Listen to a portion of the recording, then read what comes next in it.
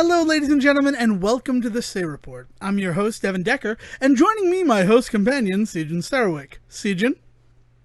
Hey, everybody. Good morning. Good morning. It's a Sunday recording, right? And just to get it out of the way, happy birthday, Dayle, because this is going to be released on Dayle's birthday. She getting older. That, like, everybody tends to. Everybody tends to get older. Yeah, the majority of us, for sure. I certainly hope so, right? And now that we've gotten that out of the way, I have some things I want to talk about on the Say Report. I have some things that I want to say. And the first is, can we get an intern? Like, is that possible? Are we able to get an intern as a podcast? Yeah, you know, I've always heard about the podcast intern as like a joke character, but it would be real helpful. No, it would. It'd be helpful for the little snafu we had this morning. No, yeah. You mean just somebody like to be just like a stage manager for us? Yeah, basically, yeah. We're looking for a stage manager. In fact, I think that's how we would word it, right? That's a stage management internship for our podcast. I guess production management, right? Since we're not on a stage, right? It would just. Well, I mean, we're on a virtual stage. I mean, all the world is a stage, right? every manager is a stage manager. If William Shakespeare is to be believed. The screen and slap you right now. Yeah. But yeah, I'd never really considered that, like, but I wouldn't want it as a joke, right? Like, obviously, if we had an intern, I don't know if they'd be on mic. They would just be there to, like, arrange our schedules and, like, make sure that my computer's turned on and everything's ready to go before I sit down. Oh, it's fun to dream. It's fun to dream. I mean, I had this like visceral reaction when you said that I wonder if they should be on mic, and I was just like, oh, we'll have to pay them extra. Yeah, well, they're an intern. You don't have to pay them in anything but experience. No. See. And this is where it becomes a real issue for us, right? Is that like I so firmly am like in the progressive like workforce camp that like I would want them to be union, I would want them to get paid, I would want them to like there's no way. See, at some point they'd end up making more money on this podcast than we do. That's a good point. See that, and that's the weird thing about. I agree. A paid internship is a thing, but then it's also weird. Like I was thinking, like somebody at like we have all these technical institutions surrounding us, right? Mm-hmm. You could be a production intern for us. Come join the Say Report team. And then if it works out, we could hire them and then they'd get paid. But like, and I wouldn't be talking more than like a semester's worth of work from them without any sort of compensation. This is how it starts, man. It starts with just like, hey, do us a couple of hours of work here or there. The next thing you know, they're working 40 hours a week, not getting paid for any of it, and they can't do any of the job. If they go over 20 hours of actual work for us, at that point they would get paid. That's just fair. That's just fair. The 20 hours goes into the credits that you would be getting from a school. It's such a weird conversation for the two of us to be having because you're like a forever student and I work in the education system. And yeah, man. And also perfectly exemplifies what the Say Report is because this was not a conversation I had intended to have this morning. Interns, workers' rights. Yeah, I know. Yeah. No. Yeah. We could never do the intern thing because I would never use them out of guilt, and you would overuse them, and then we. I mean, I don't think I would overuse them. Let's talk about the fact that I got an internship on Broadway, and the way that they had worded it, it makes it look like it was like more of an apprenticeship as opposed to an internship, which is the only reason I applied. And then once I got it, and they're like, yeah, so it's 3 months, and you just got to be here on this day. And I'm like, oh, I thought there was, like, housing. And they're like, no, you got to take care of everything else. And I'm like, well, that's not how you worded this opportunity. And as cool as it would have been to work under the lighting designer for The Lion King, humble brag. So, like, that's primary example of one of the biggest things that's wrong with internships is there's an assumption that you should feel lucky to have gotten this, so you do all of the heavy lifting. And it's just like, now wait a minute, like that's not the idea here at all. Like, you're gonna get a good amount of labor out of me. The very least you could do is put a roof over my head and food in my belly. Like, no. Especially for like a travel one like that. And I wasn't expecting anything crazy. And then for other stuff, like, that's all I was going to get as payment. I had went to a job interview in Nantucket, which, like, I got to live out all my wings fantasies at that time. Wings, different from wing fantasies. My wing fantasies is to fill a kiddie pool with chicken wings someday and just swim around in it. Eating, enjoyable. A little bit of ranch afterwards. Your sorry. wings fantasy is basically the same thing, except Tim Dayle is. Yeah, exactly. And no, it's just Tim Dayle. I don't need Tony Shalhoub anymore. He's now more involved in my monk fantasy. Not to be confused with my monk's fantasy, which is where I fill a kiddie pool with Gregorian monks and then swim through them. But I went for a job interview in Nantucket, and I had spoken to my student advisor at school. I'm like, I have this job interview. It's like the first real job interview in the industry. What should I expect as compensation? And it was one of the realest conversations I ever had with my advisor. And he looked me dead in the eye and he said, currently, based on everything I know about you and all of your experience and what you would be bringing to the table, you are worth $100 a day. And you, and as the person that I know you are and how you work and the fact that you're paying for yourself to go to school, if they're not going to pay you $100 a day, you deny it right from the beginning. And that was good advice. And when I'm like, so what's compensation going to be like for this job that had me living on Nantucket, working at the theater as well, right? Like they also needed people to like do the box office and things, and doing a full light and sound design for 2 shows, one of which was a musical. My God, as I'm talking about all of these things, you're right. We could never have an intern because I'd end up like doing all of the work. But like, that's everything that they needed from me, right? And they're like, and so for compensation, we found a couch that you can sleep on. And I'm like, so that's my payment, is a couch to sleep on? Yeah. Yeah, we're not really a for-profit theater. And I'm like, all right, cool, so I'm going to have to turn you down. Yeah. And not even because of the advice that I received with like, this is how much you're worth based on the fact that you're going to be a junior and a myriad of other things. No. The fact that I'm not working for a coach. Yeah. That's not... Yeah, and this happens in all industries as well. I think that like one of the big things that I had to learn coming out of college was like, oh, this is not just the way the arts treats people. This is just the way that everybody treats people.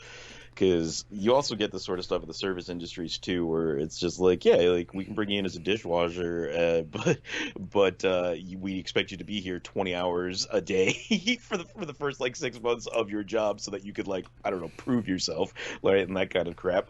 Like there's a level of hazing that is expected to be placed upon interns that I do not agree with. Oh, I don't agree with hazing at all.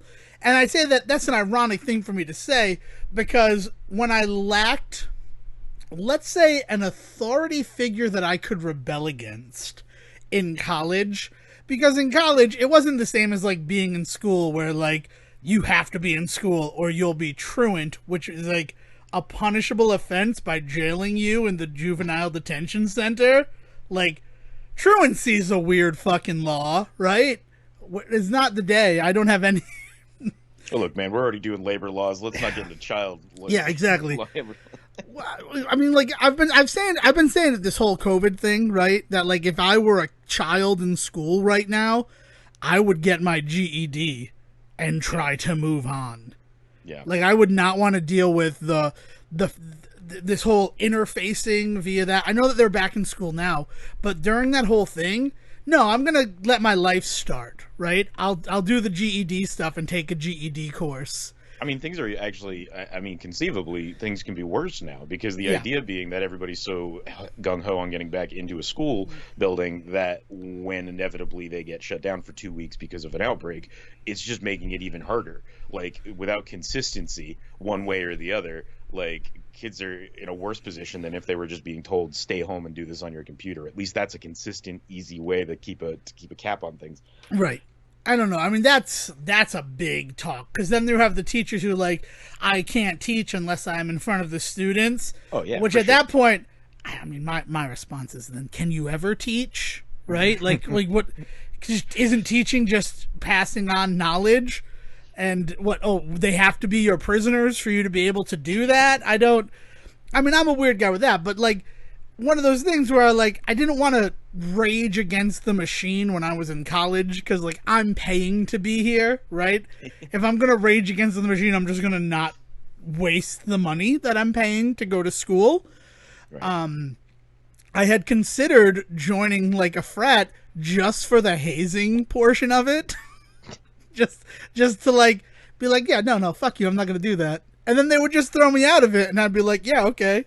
Like, but it felt pretty good to look at this guy who only thought he was better than me because he was older than me and be like, hey, go fuck yourself. So your plan was to try and join a frat long enough that you got to the part where they started to institute some rules on you, so that you could then only just spend the entire time trying to break down those walls. Yeah. I like it. Breaking down the system from the inside. That's exactly it. Yeah, I'm a big fan. Yeah, no, when you put it like that, it actually kind of sounds noble. Whoops, didn't mean to do that. No. No. He's been validated. Devin, don't do this. You're in your 30s. But yeah, it's just one of those things that I would do that. But then one of those other things that I've been considering in terms of if I had gotten my GED is like how truancy works. Like, just because you have your general education degree, like, you're no longer required to be in school. I mean, it really ties into looking over what I had to do my senior year, which was basically, you just have to come to this building every day, Devin, but we don't have a curriculum for you because you've already done the whole curriculum for the state. Oh man! Like, I don't know. It's just, it's a lot of thoughts and processes, and so we won't be getting an intern at the Say Report. I mean, for the biggest reason, outside of all these other like very cogent reasons why we couldn't get an intern here at the Say Report, is the fact that we don't have a couch for them to sleep on. Right? Well, we would need 2 interns, right? It would be very unfair to be like, all right, I need you to turn on my computer and then go over to Sejan's and turn on his computer. I love that. These are the kinds of tasks you would give the intern. Well, I just want everything ready for when it's to start.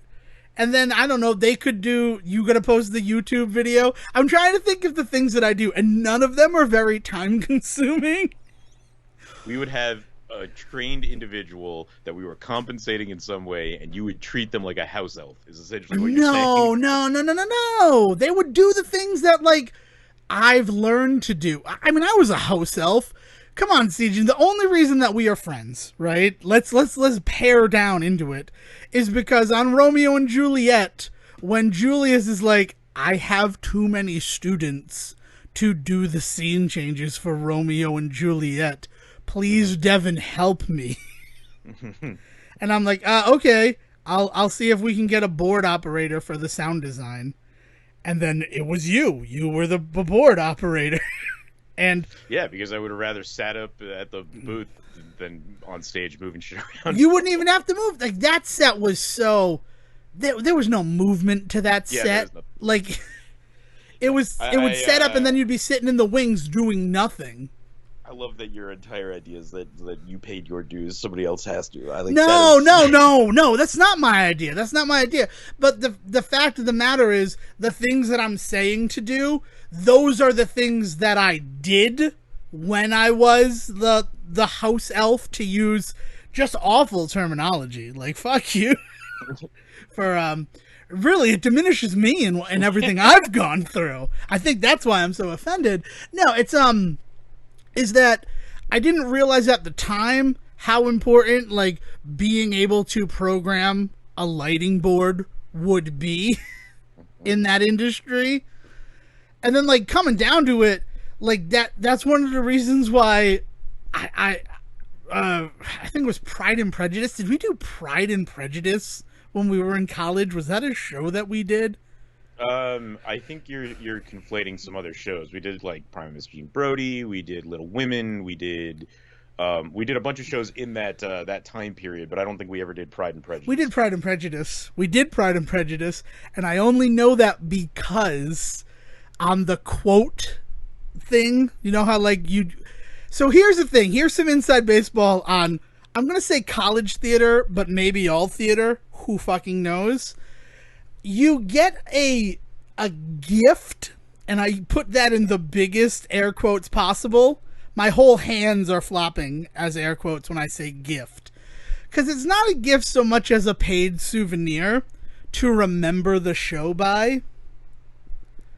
And what they did at URI, and I don't know if you can answer if they do it at other places, Sejin. Well, so what part? Like a gift for working on the show? Because yes, like gifts on like closing night for people that are like memorabilia from the show, whether it's like a goofy costume piece or a funny prop that's been like made up in some way, like that just happens all the time. Yes. I guess I'm talking about need to amuse paying $35 for a hooded sweatshirt that has a facsimile of the poster for the show and a quote related to the production. Oh, like show wear is depending on the theater you're at. You either pay for it or it's given to you. If you're at a higher theater and you're higher up in the production, like an actor on the show or something, you're usually gifted that. But like they definitely then also make like the grunts still pay money for that stuff. That makes sense. It's a pyramid and the bottom pays so that the top doesn't have to. Right. Exactly. So on Pride and Prejudice, because I was brought in to be a lightboard operator, and this was like 0 hour that we don't have a lightboard operator, and we're bringing in this guy from New York who like is used to a far more professional experience than what we're going to provide for him. Would you please be the lighting operator? And like if we did Pride and Prejudice, and I'm not saying we didn't, it would be one of the rare productions at URI that I did not touch in any way nor go and see.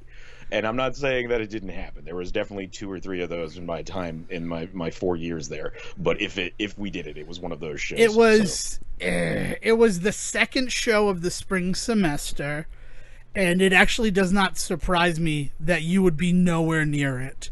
I would almost think that you were boycotting it based on the fact of who the director was and who the stage management staff was. Yeah, maybe not boycotting it. If it was the second show, that would have put it firmly in the Sejin was focused on his students' time with Theater 100 and things like that. So I would have been so consumed by that and my own like directing classwork and stuff like that. Let me tell you though, a lot of those ones you didn't work on, it was this director. That's what I'm gonna say. And I think you can parse out what I mean. And I was brought into the show, and with enough time that like we're still searching for quotes to put on the back of the sweatshirt. Yeah. And I don't know if I've ever told this story on the show before, and it's not much of a story. It's more of like a sentence that sort of defines who I am. I've had to read Pride and Prejudice 5 times in my educational career. It's just one of those books that was like a bad penny for me. I think I read it for the first time in 8th grade, and then like 10th grade, 12th grade, my first year writing course, it was related to Pride and Prejudice, and then a class I took as a junior was Pride and Prejudice again. It's part of the canon, Devin. It's important. It's not important. I mean, I think that Jane Austen has better books. I think it's more important to not just use the one that has a film adaptation or 6 hours of pure perfection as presented by the BBC. Like, it's weird that was always the book, right? Yeah. So I know Pride and Prejudice fairly well, unfortunately. And when it came time to put up a quote from that, I'm a dick, right? You know that I'm an asshole. We gave a show gift to the Human Fund, you and I, right? Yeah. We're dicks. We make our own fun as the grunts and the dregs and the technical behind the scenes house elves. I hate you so much. So I get there and I'm reading all the quotes for Pride and Prejudice, and they're not like the Pride and Prejudice quotes that you would expect to have used. Like, let's just say that. So I go, all right, well, I'm gonna stir some shit. I'm gonna be an asshole in this moment. I am fully admitting that, like, there was no moment where I'm like, I'm the good guy here. I knew that what I was doing was wrong. Excellent. And I put up as a quote, in my younger and more impressionable years. ... Now, do you know what that quote is from? No, man. Like I said, I have no recollection of this show, and I, unlike you, have actually never been forced to read Pride and Prejudice. Well, look at that I've balance. seen, like, We balance it. Once in my life, but Karmic balance, quantum cosmic karmic balance. You and I, Pride and Prejudice. That or the fact I'm the pride, you're the prejudice. I don't know. That quote, in my younger and more impressionable years, is not from Pride and Prejudice at all. It is the opening remark in The Great Gatsby from Nick Carraway.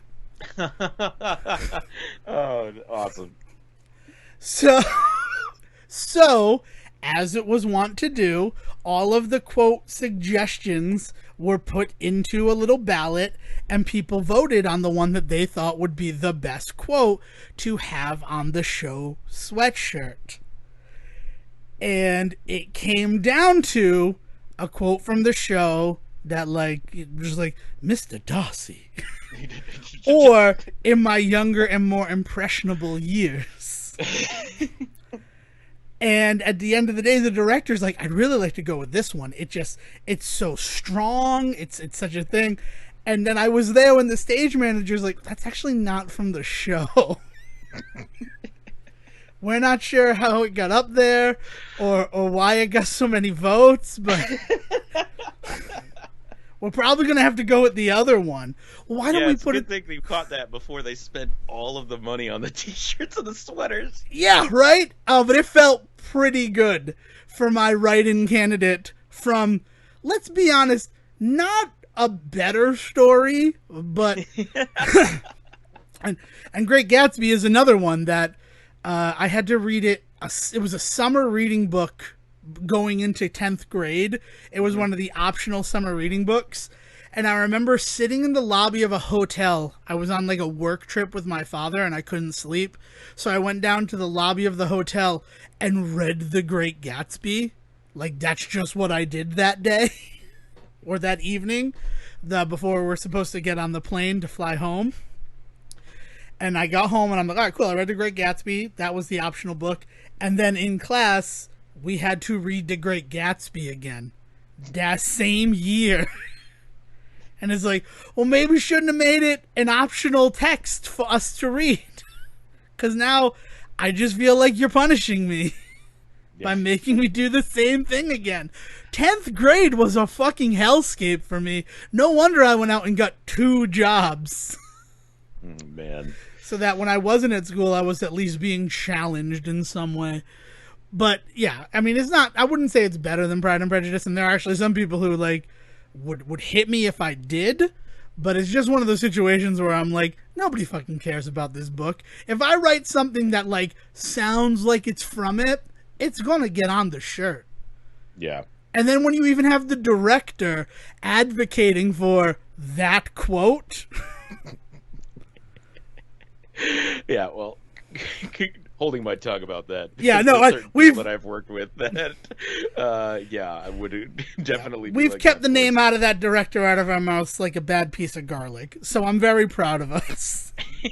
You asshole. I am. I'm an asshole. I think I admitted that earlier. But one of those things, working on that show as like the person who was brought in, the lighting designer. Like, he's like, all right, and here's what it is. It's 3 quick goes. I don't want to have it do it automatically, though, because it's dependent on certain things. And I'm like, that's completely understandable. So we did the tech run, and I didn't get the go from the stage manager, but everything was right. Mm-hmm. But I didn't do it because I didn't get the go from the stage manager. That's how it works, right? That's the rules. That's the rule. And he comes over and he's like, what's the problem? And I'm like, I actually didn't get to go. And he's like, why didn't you get the fucking go? And I'm like, I don't know why I didn't get the go. I don't know what to tell you. So then he goes to the director and he goes, why didn't he get to go? And she's like, honestly, he probably should just do it on his own, right? Like, if I could have had him as the stage manager, I would have. And I'm like, well, that's nice to hear. Thank you. Yeah, and that's E2 Mama Tammy and Siegen. That's who said that about me. Oh man, sorry. This got away from me. But no, like thinking about interns and just the shit work.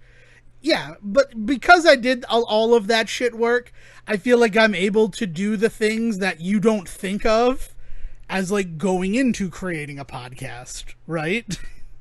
Like, yeah, I mean, we learned despite what like what happened in our lives though, like, right, like that's the thing, is like we learned how to do these things because we went through the dregs and went through their shit. But ideally what we would then do is not pass that on to the next person. And that's one of the biggest issues with internships, is there's people out there that feel like I know you don't want to think of it this way, but what you're essentially saying is pay your dues, like you go through the same shit so that you can learn the things I learned. And it's like, or how about we don't put no, that's not, I don't think that's I think that's awful. I think that's wrong. Like going through the same shit, no, I'd want to teach you the stuff that I was not taught and ended up having to teach myself. Exactly. And part of that is knowing, well, like you should turn on your equipment maybe half an hour before it's go time. Yeah, right? You should do equipment checks. And you should do, yeah. All of those things that I now know to do.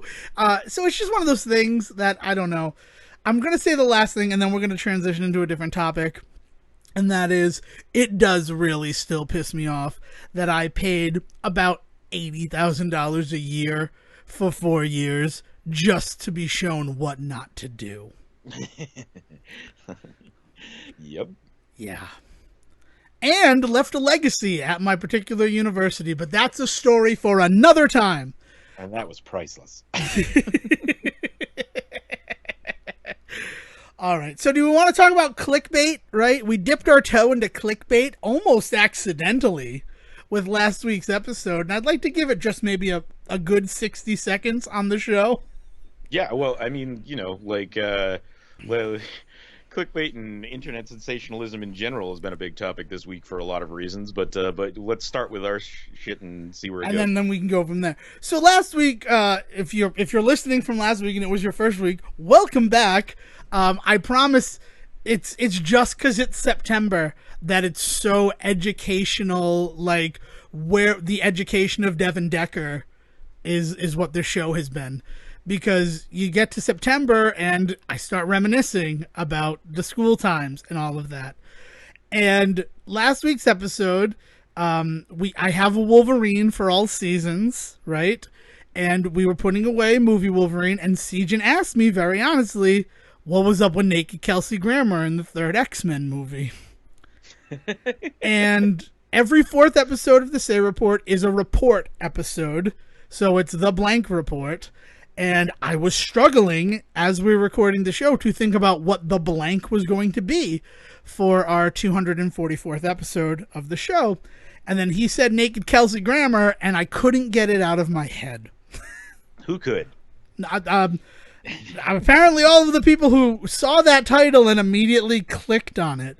So thank you, the people who fell for our accidental clickbait trap. Totally not the intention of the episode, but it kind of made me feel a little bit dirty to think that, like, I hadn't even considered it. Like, we talked about a Naked Kelsey Grammar, and then we discussed the fact that no, that never happens in that movie, and it's kind of disappointing, right?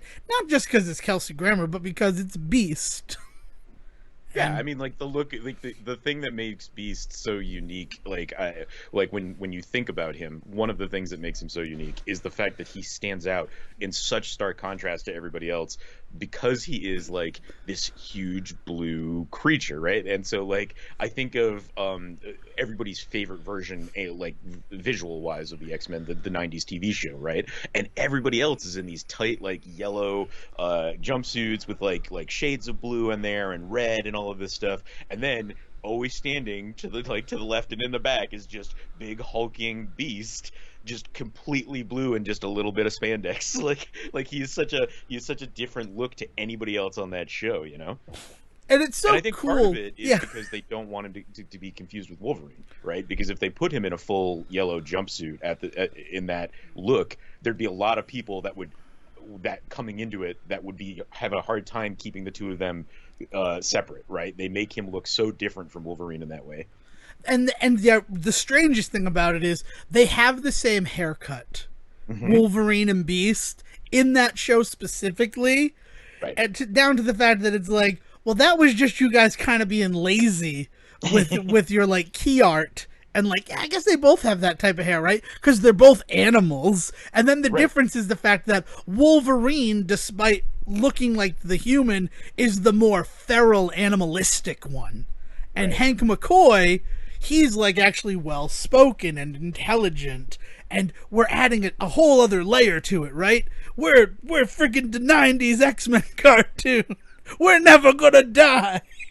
Yeah, and subtlety is something that you won't appreciate for 20 years, but it's here. Yeah. Yeah. So I don't think you're wrong, and that is an iconic version of it. And I also think it's important too when you consider Hank McCoy's story in like throughout everything in the X-Men, where like he started out as just a normal looking human, but he had big hands and feet. Right. And then to like try to cure that element of his mutation, that's where he gives himself the whole blue furry aspect of it. Yeah. Well, he represents a really interesting dynamic in the X-Men stories, because there's always somebody out there trying to cure mutant like genes, right? There's somebody always out there trying to fix these people, and he represents somebody that tried it and failed, and in his failure learned to accept and love himself, which is like it's a beautiful like coda to every other villain's story, right? Because he had potential to be an insanely like huge antagonistic force to somebody like Xavier, right? And the fact that and I mean and Magneto, like to be somebody that wanted to quote unquote fix these mutants, and instead, like through his own mistakes and through his own hubris, he learns his mistakes and grows up and matures and learns to love this aspect of himself. And like it's really interesting the ways in which Hank represents kind of the potential of the X-Men universe, like the good potential of the X-Men universe. Yeah, he's a great character. Hank McCoy is really a great character, which is, I think, why we gave a little bit of razzing to you cast Kelsey Grammer as Hank McCoy, right, to play Beast in your third X-Men movie, and nobody is upset about that, right? No. This is not Michael Keaton as Batman. This is not Ben Affleck as Batman. This is the right man for the job has been chosen. Right. And you squander that opportunity. You squander that opportunity so hard that when the series gets its reboot in 2011, Hank McCoy is a central figure in that story, and his discussion of his hubris and searching for a cure to this ailment. To the and it really does. It drives a lot of First Class, and then it unfortunately kind of drifts into the background, because the unfortunate thing is that that's not a popular character with the kids. It was back in when they brought Kelsey Grammer on at the end of X-Men 3 and all of this stuff. Like, you were kind of at the tail end of those kids that had like just vague enough memories of the 90s show that they loved him. But I think what happens is that when First Class comes along, and then they decide to take that timeline and fucking crash it head first into the original timeline, they lose a lot of traction with the ability to maybe gain some momentum in a fan base for that character. So I would say now you're probably right. Like, Hank is one that people will recognize because he's been in a couple of the movies, but other than that, nobody's gonna like wax poetical about him like we are right now.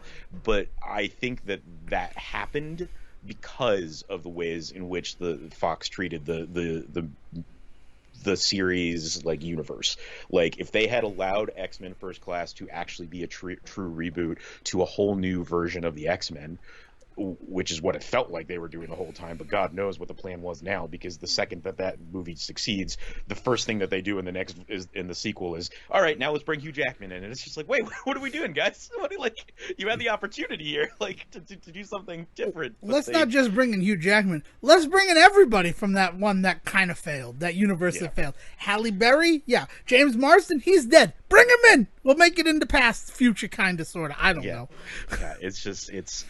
Yeah, so I don't think you're wrong now. I do feel like when we were younger, though, like there was a lot of talk about like when they bring Hank in, who would play him, and the idea that Kelsey Grammer was always kind of on the tip of everybody's tongue, just like with Xavier, everybody had always thought Patrick Stewart, right? So like you weren't kidding when you said that it was kind of ideal casting.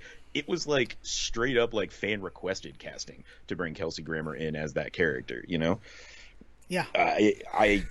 It's such a disappointment because of how much I clearly like love Hank that with what they end up doing with him in the movies, because his first outing, First Class, is so it's beautiful. It's just such a great way to touch on that aspect of otherness, of that person that wants to remove it from themselves and be quote unquote normal, is like it addresses the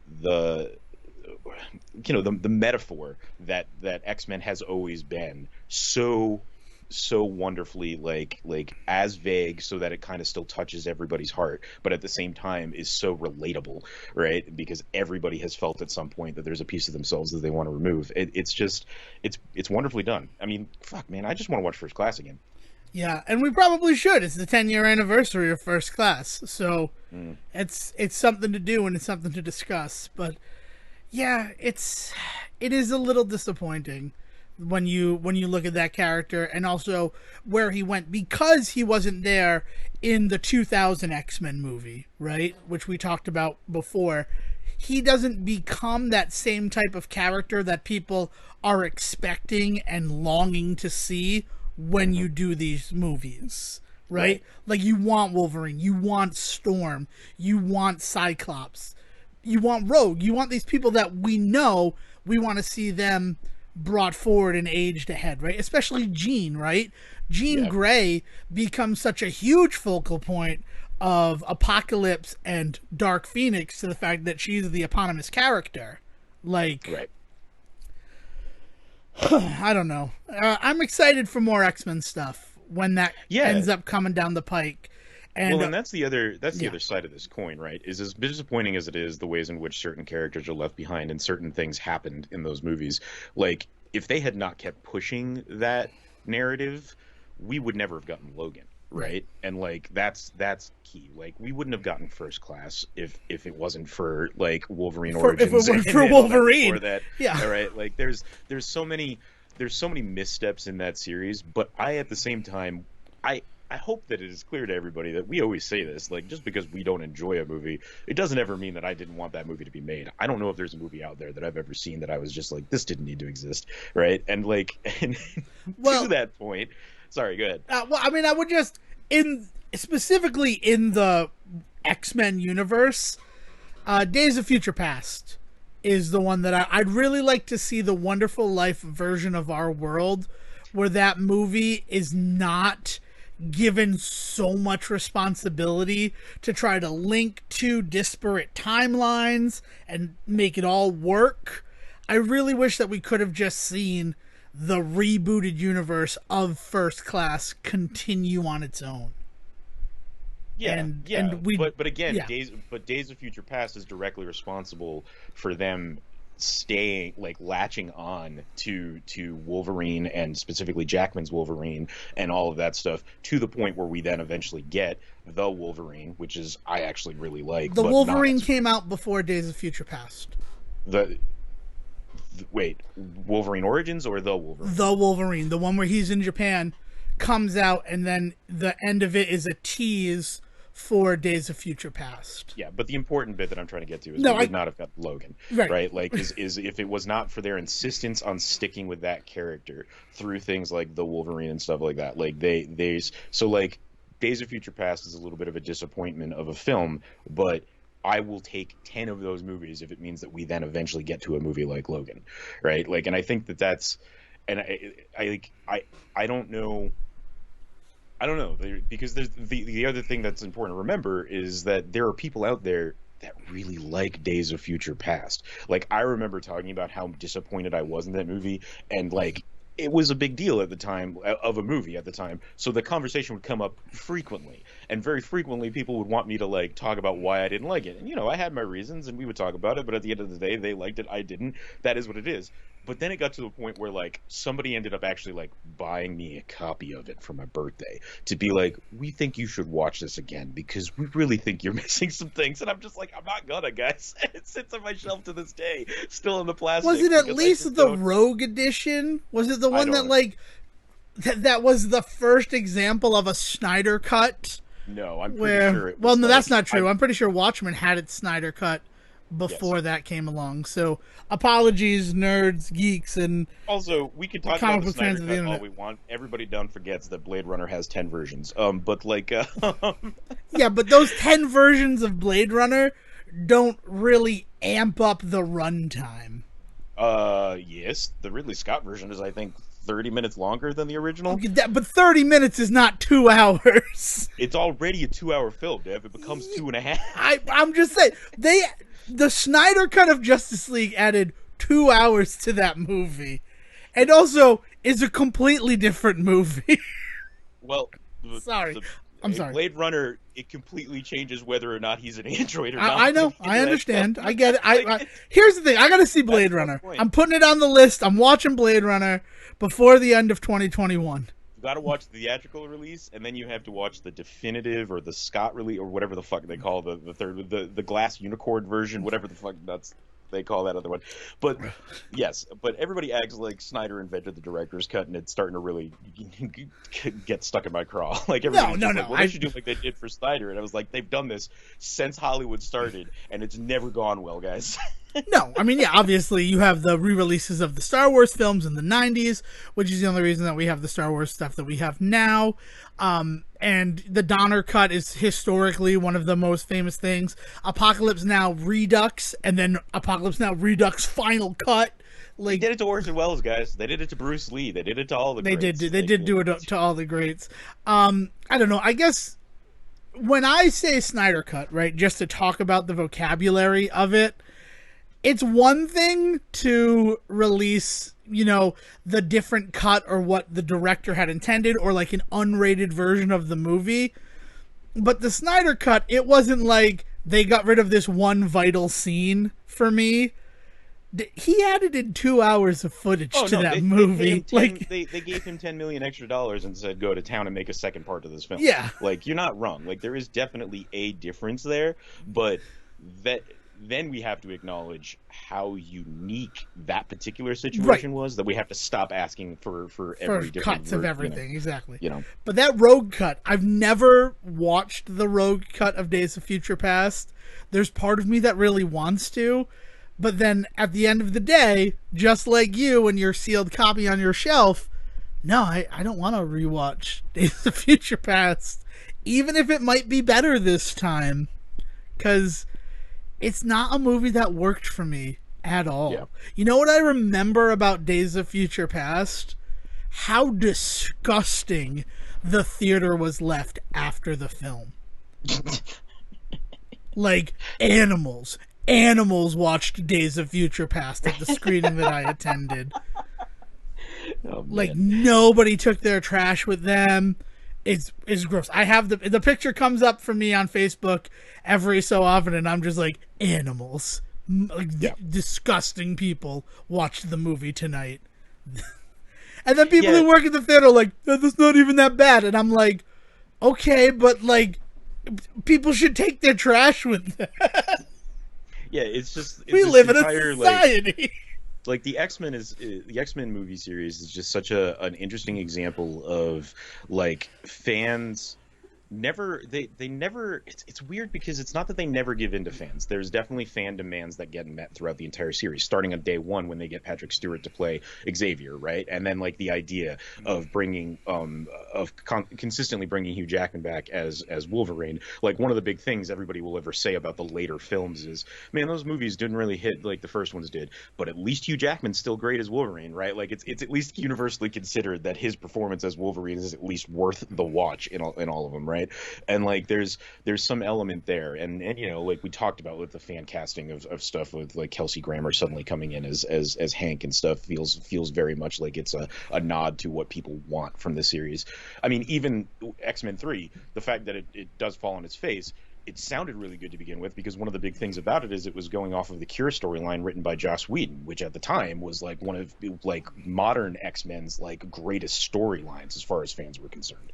So like there's still a lot of service there too, right? But at the same time, it never bends to the whims of exactly what fans want. It still is something that is being made by these people that want to tell these particular stories, for good or for ill, you know, and you end up with good ones like Logan, because that is clearly all being made by somebody that has a love of that story and wants to tell that story. I don't know anybody out there before Logan came out that was like, I really want to see old man Logan getting killed, like spoiler alert, I guess, for Logan, but like nobody out there was like, I want to watch Hugh Jackman's death of Wolverine. Not that I like heard, but when it came, people were just like, oh hell yeah, I didn't realize I wanted this, right? And you need like I like that. That's what I want from a movie. I'm getting sick of going to movies where like I am being told like this is what you should expect out of it.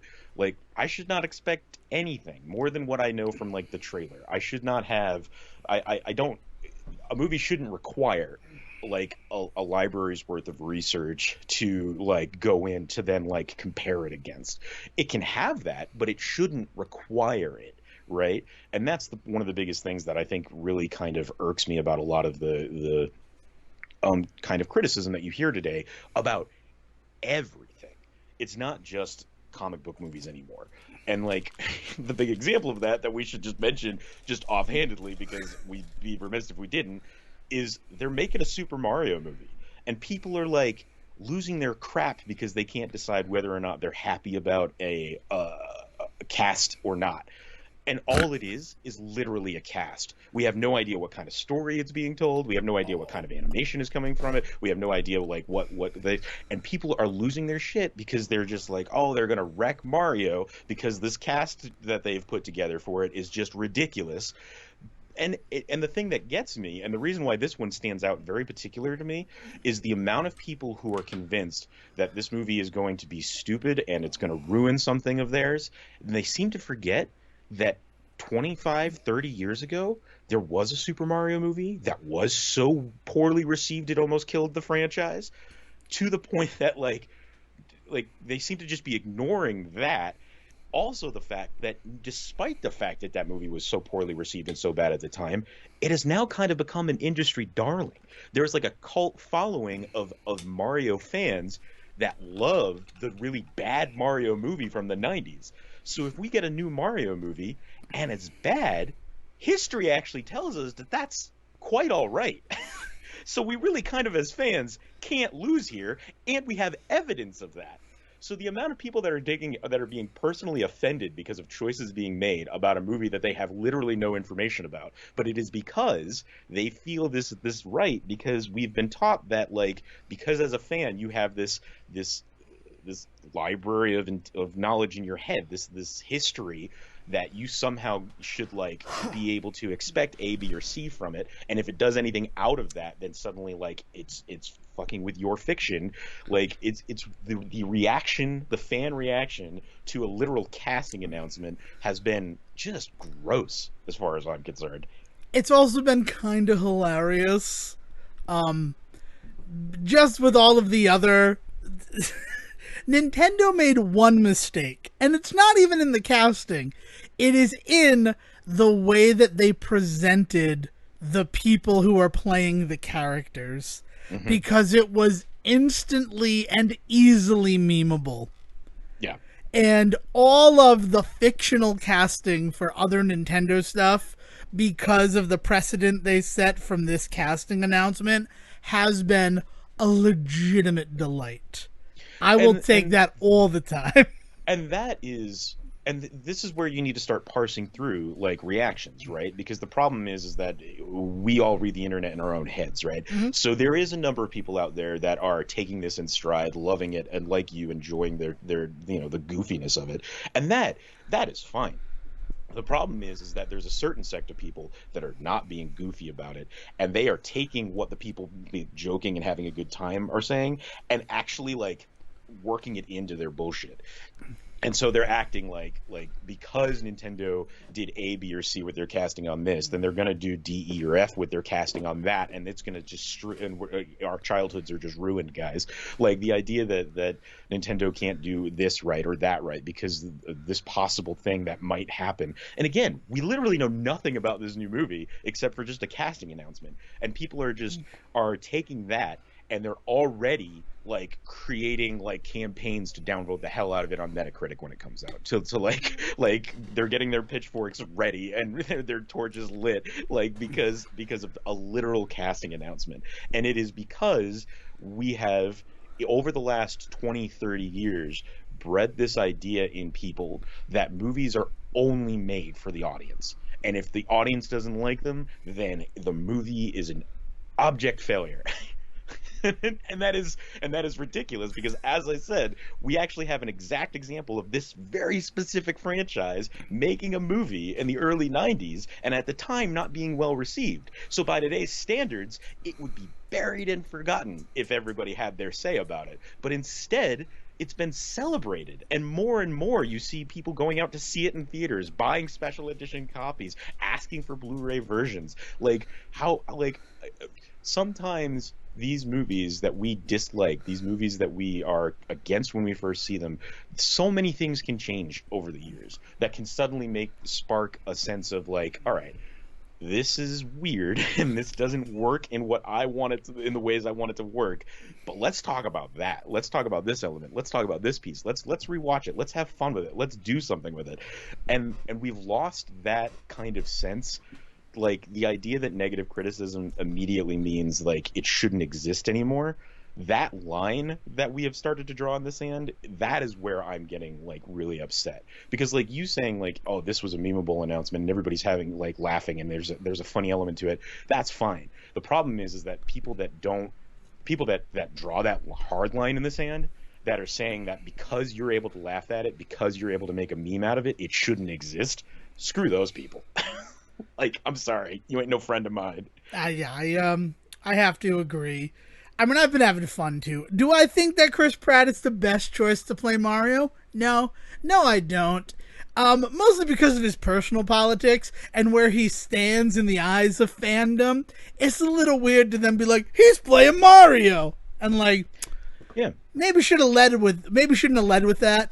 Maybe lead with the other casting things. Well, and so that's where kind of things get kind of caught up, right? Is some of the first criticism I heard was just like, Chris Pratt's kind of in a place right now where he needs to like work out some things if he wants to still keep relating to fans. So maybe not him as Mario. Turned into like he's the dumbest choice for Mario because of his voice. And meanwhile, we're looking at like, I love him, but Charlie Day as Luigi, and somehow everybody's like, but that's great casting.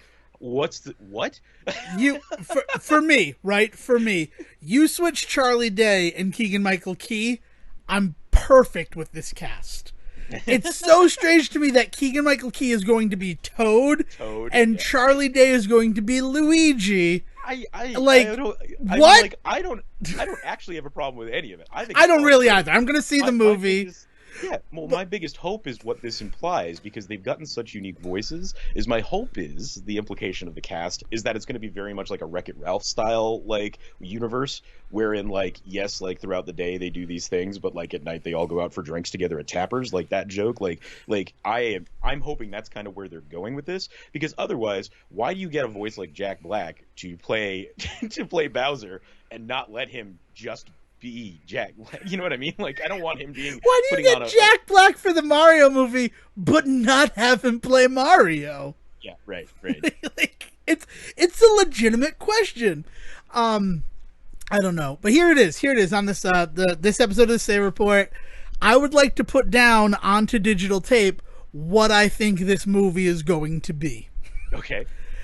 Because I as soon as they announced that Charles Martinet is going to be showing up for fun characters, like what's he gonna be, right?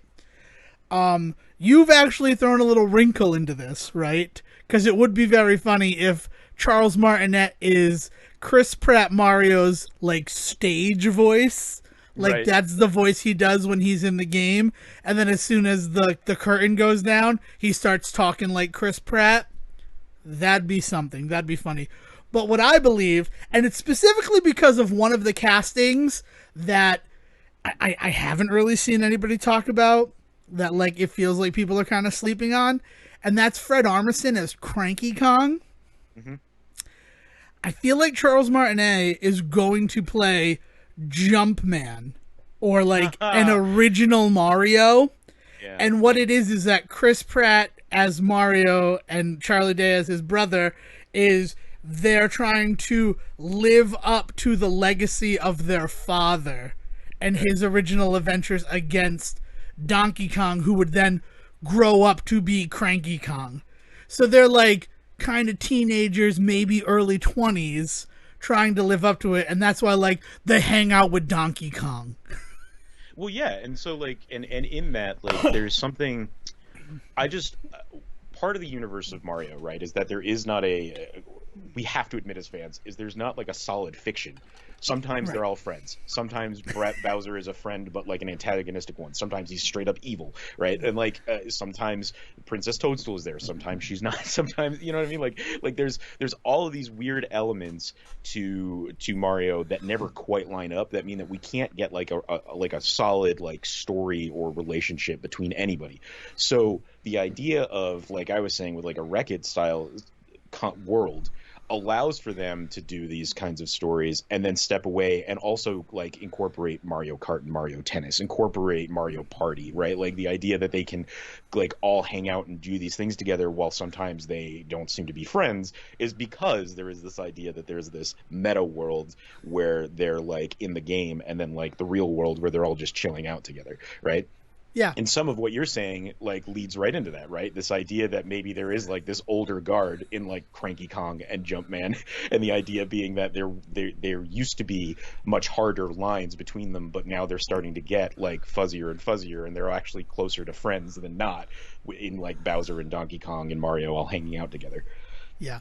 Though I would like, and it would be very representative of what we're going through in the real world in terms of political things, let's make a hyper-political Mario movie that, like, Princess Peach is the old guard and like, that type of ruler, and then Bowser comes in preaching his new hotness and ways of political rule, basically a sort of Trumpian character who gets to have that Jack Black charisma, and he's swaying the denizens of the Mushroom Kingdom to vote for him. Like, he's based upon earlier Mushroom Kingdom law, we can have an election to choose our new ruler. Yeah. I think that if they one of the big things that I think a lot of people are also latching onto is the fact that like there was a lot of uproar when Sonic was first announced and fans were able to get that quote unquote fixed. I don't use that word. I don't use that word seriously at all, because as much as I agree that newer version Sonic definitely is more pleasing to the eye, the reaction to a film and what it took to get that to be made, I still don't love, right? Like, it's... I mean, it really kind of felt like we have to release a trailer and here's filler art. And, exactly.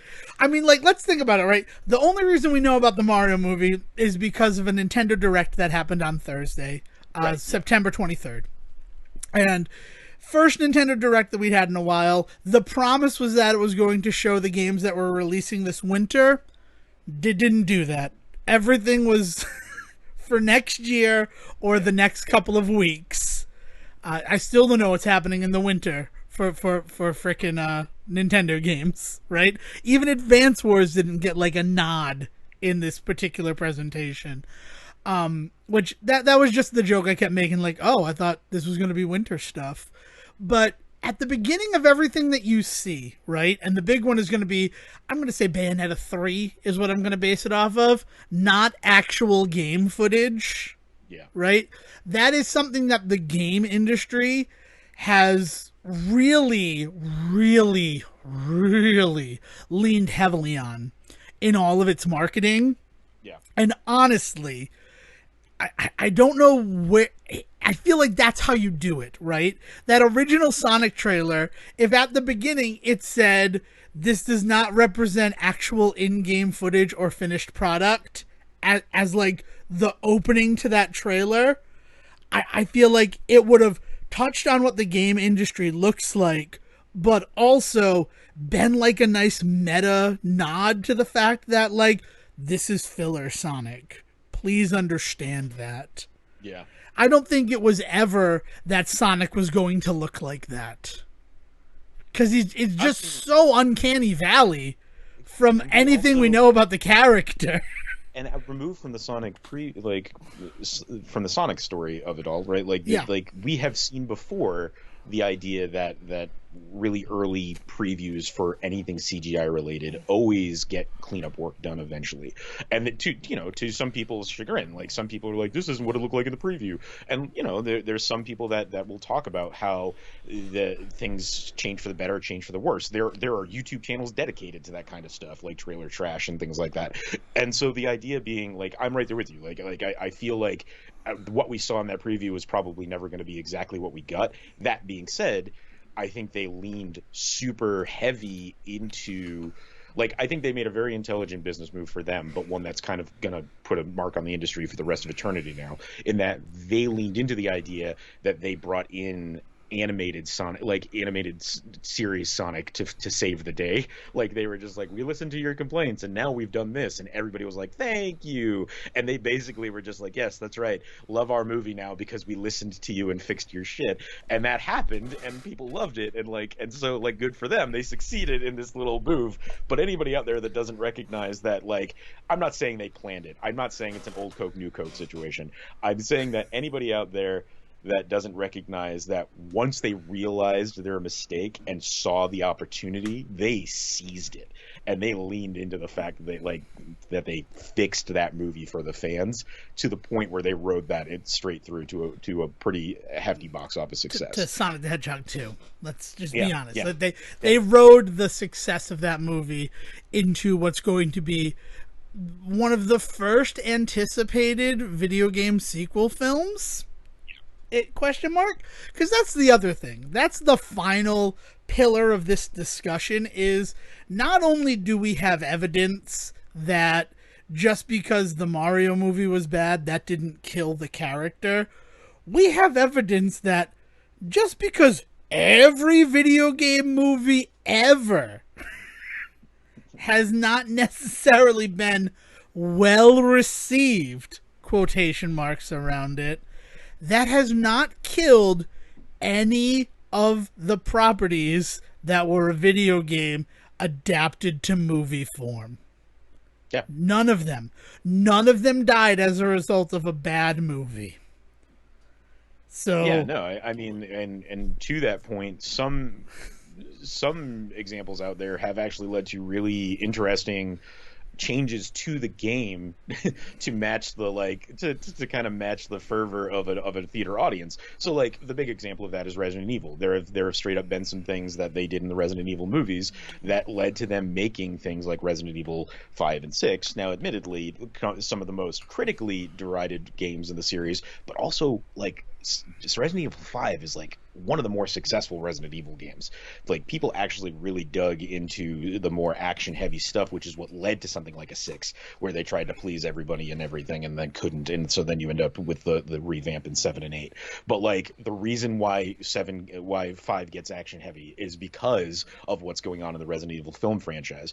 And then another good example of that is also Ratchet and Clank, where they release, along with the movie, a Ratchet and Clank movie game, which anybody that played was like, oh, well, Ratchet and Clank the movie and Ratchet and Clank the movie the game are just retellings of the first three Ratchet and Clank movies, games, to get us into more Ratchet and Clank that's going to be coming. And sure enough, like, it works really well because both critically and financially, Ratchet and Clank the movie the game actually does relatively well for a game that is basically just retelling the first games in the series.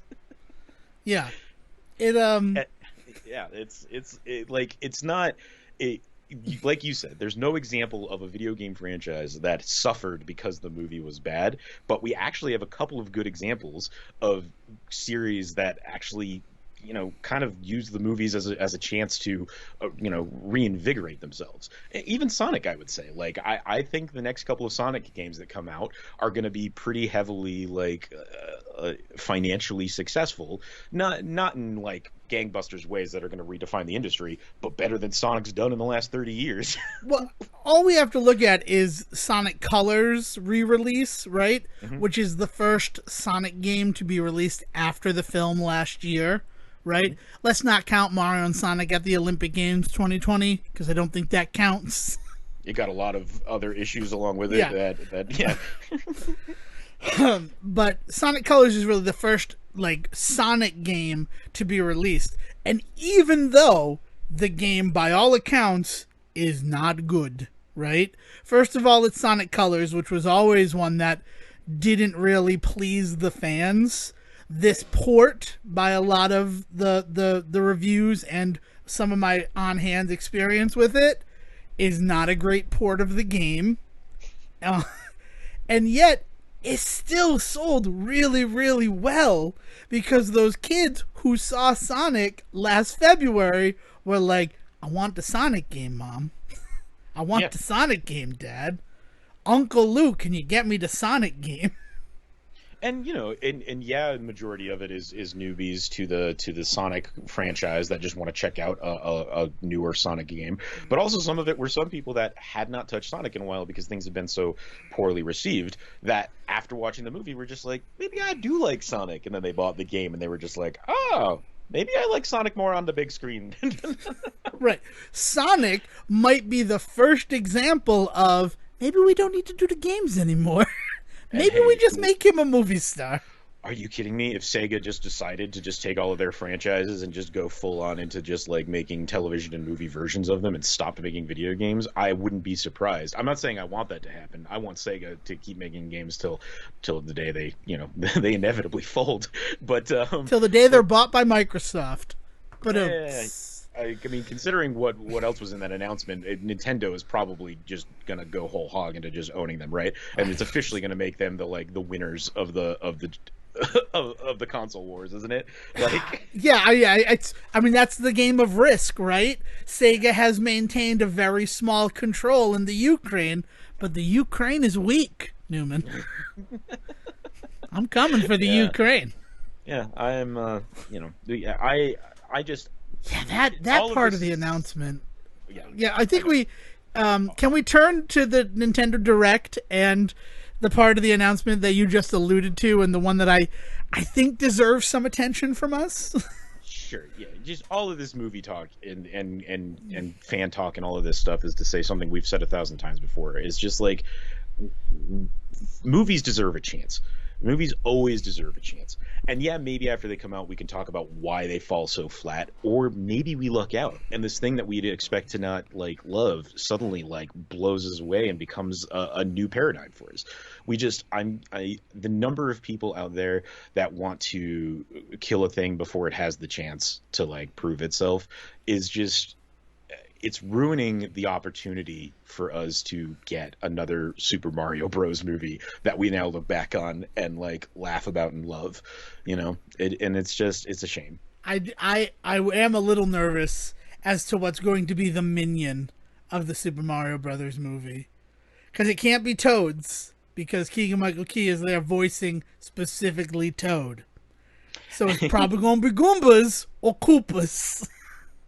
Probably Goombas, but sorry, No, yeah, I mean, I don't know. I mean, that's the other side of it, is this whole thing that got lost in it, is it's being done by Illumination. Illumination. And I fucking like, people love Illumination. Like they have yet to have like a flop, right? Like I don't know. But anyway, I don't know if that's necessarily true. what? Not like, I guess not in a That's flop really in the terms good. of that, like yeah, everything's gotten a sequel is the big thing. Illumination, everything. I think so, right? Here's Who was really well received. Even the Grinch was really well received. Like they've Oh, done yeah. I forgot they've about done the some- Grinch. which they everything they do more than succeeds, and on top of that, they generally can spin it then into either a franchise or a toy, right? Yeah. Like they do a very good job with that sort of stuff. Oof, interesting. But I'd like to talk about the Nintendo Switch Online expansion pass. Yeah. Because I have an issue. I take umbrage with it. Okay. It's one of those situations where they're adding Nintendo 64 and they're adding Sega Genesis games to Nintendo Switch Online. And that's exciting. That's exciting news. But currently, they're adding a yet undefined additional cost to Nintendo Switch Online. I don't really love that we don't know how much it is yet. I think that was a very strong move on their marketing side in terms of, let's see how people react to this before we set the price. And yeah, or they have a price in mind and they know people aren't going to be happy with it. So what they're going to do is let them simmer on it for a bit and then announce some price that they know people are going to be kind of against. But at the same time, people are going to say, but for the last month, we've been excited about this thing, so I guess we'll deal it. Right. And actually, I think it's going to be more. I think it's going to be more than what their price was, because the end take of everybody I've had the discussion with, and we haven't really had the discussion yet, so I'm very happy to do it on the show, is if it ends up being $5 more a month, I'm fine with it. If it ends up costing me $5 more, I'm not going to be upset. So current pricing on the Nintendo Switch Online experience, what is the current price? Oh, I don't know. You would have to look that up. I pay a yearly account. I think I pay $35 for a family account. Okay. And I have 4 people who are on that account. I could have 3 more people join my Nintendo Switch family account. For the yearly cost of what I think is $35. Yeah. And honestly, I'm okay with that. I'm okay with it. The bigger reason why I'm upset with them asking for more money is because I don't think it's that great a thing currently. Yeah. The fact that I pay $35 and it covers 12 months works for me. I'm okay with that. And that is specifically for a multi-user experience. Yeah, that's as well, for a family account. Yeah. Right, because I'm actually looking at a 12-month individual account for just $20. Yeah. So if it goes up to 25, I don't know what the multiple is. But that multiple one, it makes sense because Dayle and I would both get it. We'd each spend $20, or by going to, I think it's 35. I'm not sure. It is. I'm seeing 35 now for the family one. Yeah. So we save $5 from that, and then the other people who are on our account, they benefit from that, right? Yeah, it's all icing on the cake at that point. Yeah, right? exactly. Like as long as you've got more than one person using it, right now it is priced extremely well to benefit that. Right. Yeah. So there you go. And I don't know how that's going to be affected. I don't think they have a monthly version, right? I think it's only yearly.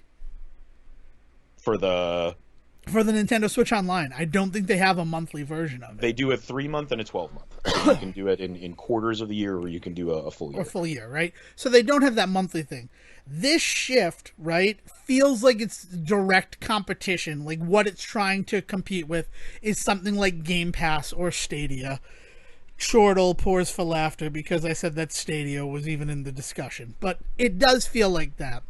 So I'm more afraid of them switching to a monthly cost and what that might mean in terms of that.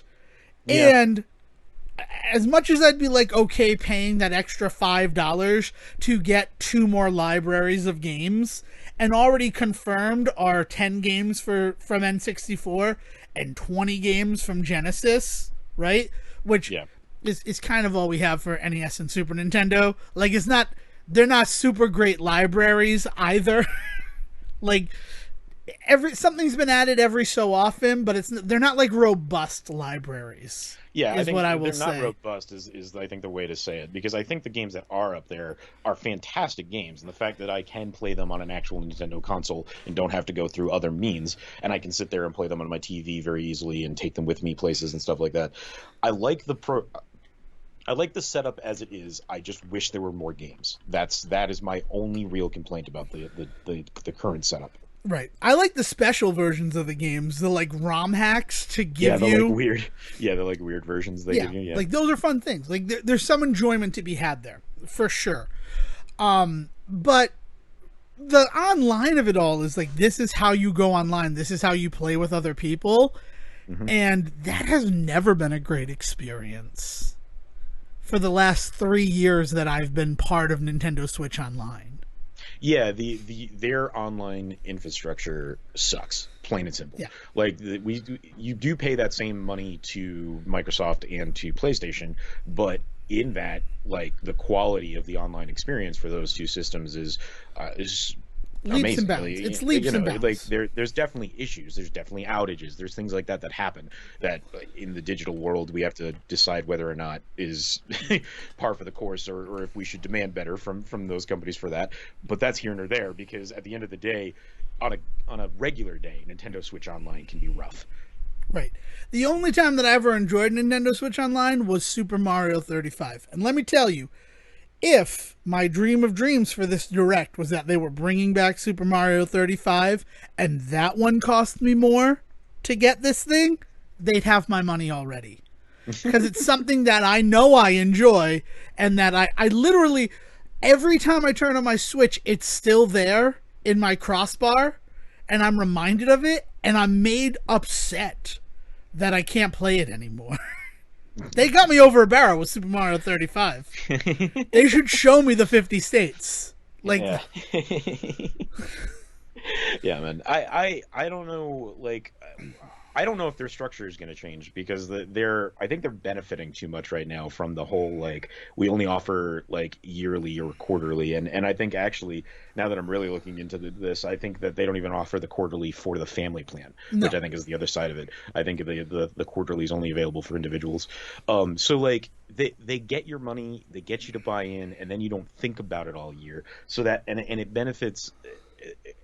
Like the Nintendo model has always been, it really does kind of feed into like a family structure of, like, the idea being that, like, for Christmas, mom can buy the family the Nintendo Online pass, grandma can buy you the 12-month individual pass for your birthday, and it's a once a year thing. So you can kind of justify a little bit of a larger cost for that thing, right? And so I think it would behoove them to stick to that, because then if they have to say, oh, it's $50 for a 12-month family, like, yearly plan, like, man, that's a $15 leap in what it used to cost. But it's only once a year, so you're already willing to pay a little bit more, and then on top of that, you do get to say, like, there are these things that are added to it. If they could also say, we're also going to improve our online infrastructure, I wouldn't bat an eye. I wouldn't bat an eye at all. The fact that, and that's where it gave me pause. Where it gave me pause is, like, it's Nintendo Switch Online plus expansion pass, right? Like, that's their extremely wording Nintendo way of marketing it, right?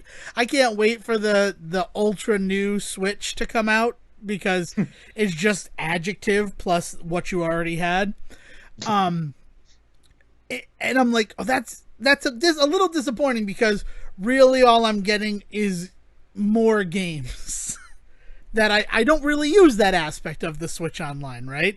We use it for Pokemon. I use it to golf, and I use it, and that's kind of it, actually. Like, I don't. Golf is the only thing I'm using it for right now. I used to Mario Kart, but then, like, I'm not as good at Mario Kart 8 anymore, right? I think what I think is, it needed that title to also get me excited about a possibly improved online plan, right? Yeah. Yeah, like ROMs of games. and that should have been part of it. like saying like improved infrastructure in addition to new games, or new games plus a better online experience for all would have been phenomenal. But I mean, like, the fact that like Super Mario, like, what is it, Mario Maker, where they still have the issues where like lag is just unbearable for most players. You know, it's just it's just disappointing that they've not been able to figure the internet thing out yet, and their announcement didn't say anything to make me think it was going to get any better. So why am I going to give you more money? And if your only reason for that is these games, as I mentioned earlier, I've got other ways to play those games, Nintendo. I would much rather give my money to you and get a guaranteed experience that also is not going to put me on the shady side of conversations, right? Like, I would much rather that. But like, until you could show me that you're worth it, like, and they didn't do that. They didn't do that at all. It also speaks to the fact that I don't think we're gonna get an N64 mini.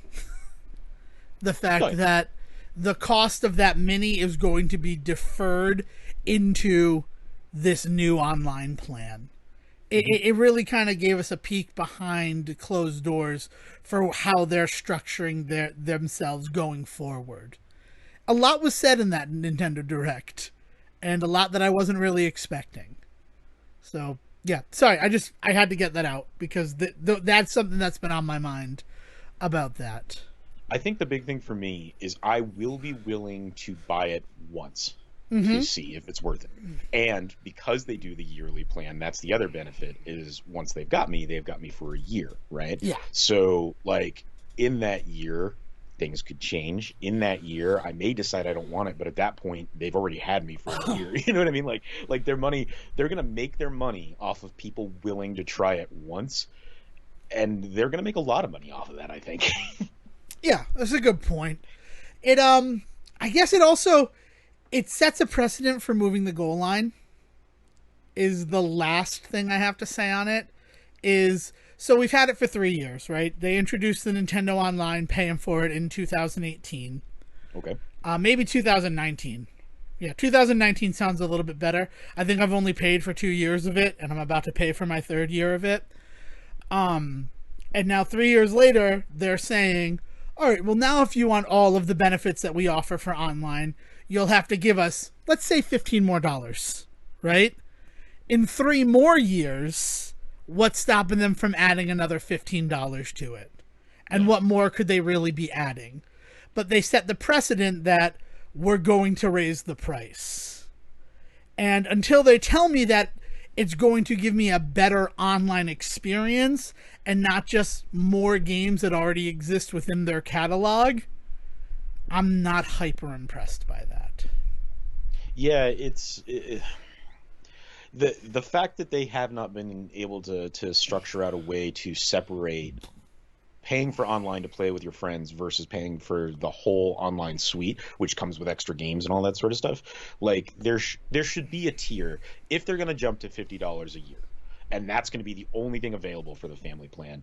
They need to then, for me, offer an option of, unless you don't want the bells and whistles and you just want the online experience, then it's still $12 a year, right? Like, you're not getting any of the game benefits. You don't get to log in and to the virtual consoles, but you don't, maybe you don't get whatever Super Mario 35 is next year, whatever that thing is not for you because you're not paying for the extra fancy online experience. But I can still jump on and play golf. I can still jump on and play online games with my friends. Like, that would feel like at least they were thinking of the people out there that maybe don't want all of that extra crap just to get online with their friends. That being said, the Switch does not have a vast library of online multiplayer games that I feel I need to play on my Switch with my friends. There are definitely 2 or 3 games that I can think of right now that I own, and maybe more if I went and looked at my collection. But other than that, we don't. Like if I've had a group of dedicated friends that were doing more things like Overcooked and things like that, like, I'd maybe be more inclined to want that as well. It's just weird because they don't offer nearly as much as Xbox or PlayStation. They don't offer as well of a structured internet online experience as those consoles. But at the same time, $50 for the year, is kind of still cheaper than what I'd be paying for PlayStation or Xbox, right? Yes, it is, I don't know because much it's about 120 for PlayStation. I believe. I think it's still 120. I haven't. Again, that's coming up. I know that happens on Dale's birthday, so I'm going to be paying that money tomorrow. Xbox. And I think it might be 120 or 129, so it ends up being like that. But it comes down to I'm a paying because I'm a Chris Pratt. I'm paying about $10 a month. Yeah, yeah, But and that's because I'm going annual. Because if I didn't pay annually, it'd be like that little bit more each month. So that's that system. The way that PlayStation does it, they make it so that by going annual, you feel like you're saving money, right? Right. Where Nintendo, you do it annually, and then we know that we don't have as robust an online catalog as other things, right? But you also get access to our games, right? That's their something extra, is their games. That's always what was supposed to make you okay with it. So now that so those games, right, which are not really what you're paying for. You're paying for the ability to play Mario Kart 8 Deluxe online with your friends, right? That's why you're paying us $20 for the year. And then as a bonus, you get some classic Nintendo games to dick around with every so often. Right. Now they're putting a focus more on those games and less on the online experience. And that feels like dangerous pie to me.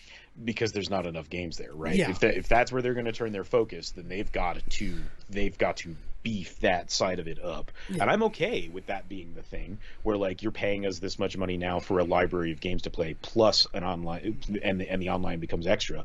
That's fine. Flip that switch, but if you're going to do it, do it right. Yeah. Yeah. I don't know, but we'll see. We'll see how it all works out. I'm not, I would say, I was going to say cautiously optimistic, but I'm not really cautiously optimistic. No, I don't trust them to do this right at all. Yeah. But that being said, I as I already stated, I am willing to try it once. And then once they've got that money, they've got that money for me. So right. I can't really argue with their business sense in that case, because they know that there are people out there like me that are willing to do that. You're willing to try it once, and then the hope is, and this is the hope of all annual subscription things, is that you don't remember to cancel it. So then they get that money from you at least twice.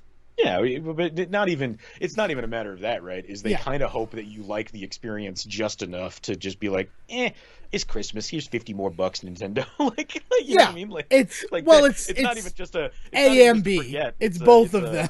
It's an apathy, right? It's an overall that covers both of those. Either I'm apathetic enough to forget to cancel the automatic, or I'm apathetic enough to remember it's going to be automatic and still not stop it. Yeah. And even if only 30 or 40% of people do that, that's still that's still going to be a fuck ton of money for them. Yep. Cool. So the last thing to talk about, and this should be quick, is the fact that to follow up watching Cape Fear from 1962, let's say 3 months ago, right? Let's just give it a number. I watched the 1991 Cape Fear as the Decker movie classic this past week. That's a movie. That's a tense fucking movie. Right. I really liked it. And the thing that I liked about it is, in the original, the 1962, you have Robert Mitchum and you have Gregory Peck, right? Now, Gregory Peck, that same year, plays Atticus Finch. Atticus Finch, not Fitch. He's not working with Abercrombie to supply the army. He's a bird man. There's a lot of bird imagery in To Kill a Mockingbird. Who knew? So Gregory Peck as Bowden in that film, he's such a white hat. He's such a good person. Yeah. And Robert Mitchum, for who Robert Mitchum is, as Max Cady, is such a despicable human being, right? There's no moment where you're like, well, this guy got done dirty, right? Yeah. No. Justice was served, and this guy is just mad about it.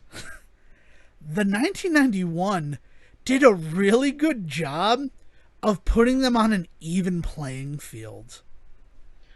Yeah, I don't know if I would say even playing field, but at least makes you question a lot more. And granted, it's been a couple of years since I've rewatched Cape Fear, but I actually really like Cape Fear. It's one of those ones that I saw probably too young with my mom, because she really likes those kinds of like crime thriller, like Yeah. psychological thriller type things. Um, but then every couple of years I like find myself like rewatching it for some reason, whether it's on TV or somebody says they haven't seen it and they want to see it, like that sort of thing. But I definitely do feel like they give who is it in the it's Robert De Niro and Nick Nolte. Nick Nolte. And they give Nick Nolte like enough rope to hang himself, I guess would be the way that I'd put it. Yeah, I think. Well, it's more the fact that like his character is, we see him actively starting an affair with Ileana Douglas's character. Yeah. We know that he's already had affairs, and that's one of the reasons why they moved from Georgia to North Carolina. Mm-hmm. Is like to get to for a fresh start, honey. Right? Right. Because his wife is all like, why didn't you just leave us? Why did you drag us here with you if you don't want to be with me? Because clearly you don't want to be with me. Like, that's like a really powerful scene. But then the last thing is, we see that he buried evidence that could have gotten off the man that he was the defense attorney for. Which is such an interesting wrinkle, that he's not the person who prosecuted Max Cady, but he's his lawyer, and he didn't do everything he was supposed to do by the letter of the law since he was his public defender. Right. Like, it was so interesting, and like, it's one of those moments where I'm like, I don't really give a shit what happens to you, Nick Nolte. And it's not because you're Nick Nolte, it's because like the chickens are kind of coming home to roost.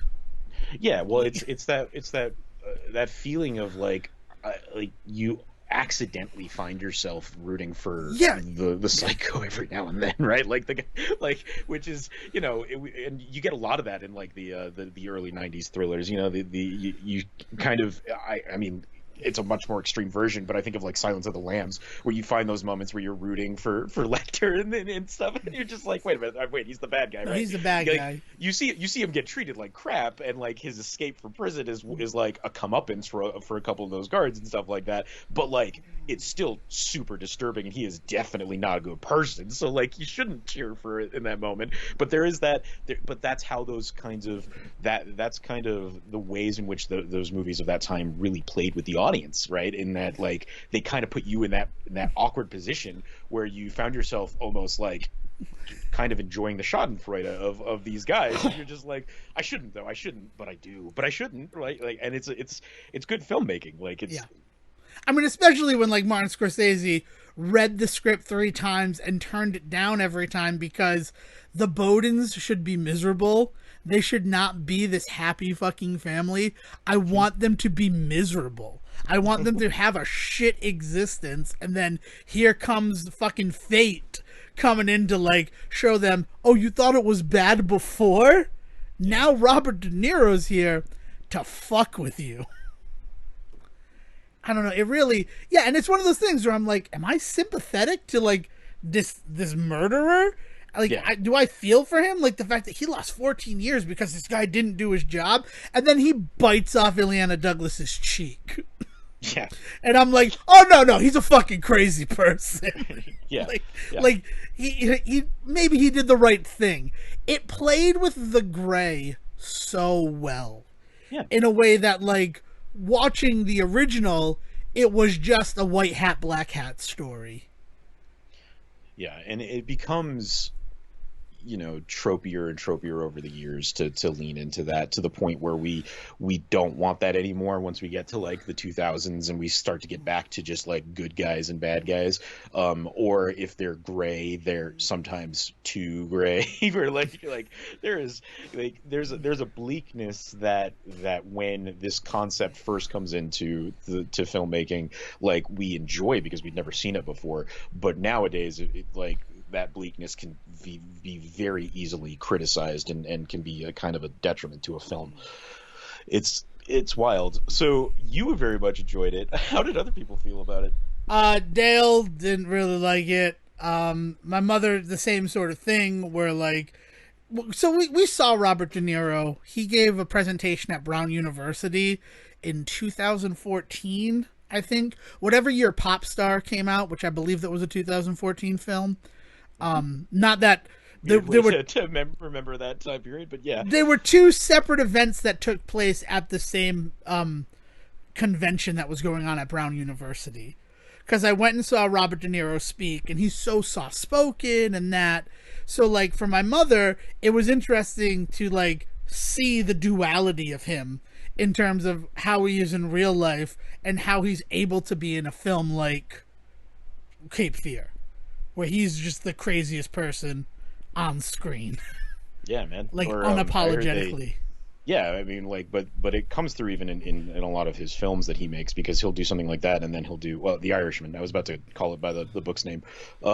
Yeah, yeah, but yeah, like seeing him being able to play that kind of character. That's the other thing about that movie is like it's so rare to see De Niro really go that direction. I mean, he's always kind of an asshole, or not really an asshole, but like he's always like a bad dude.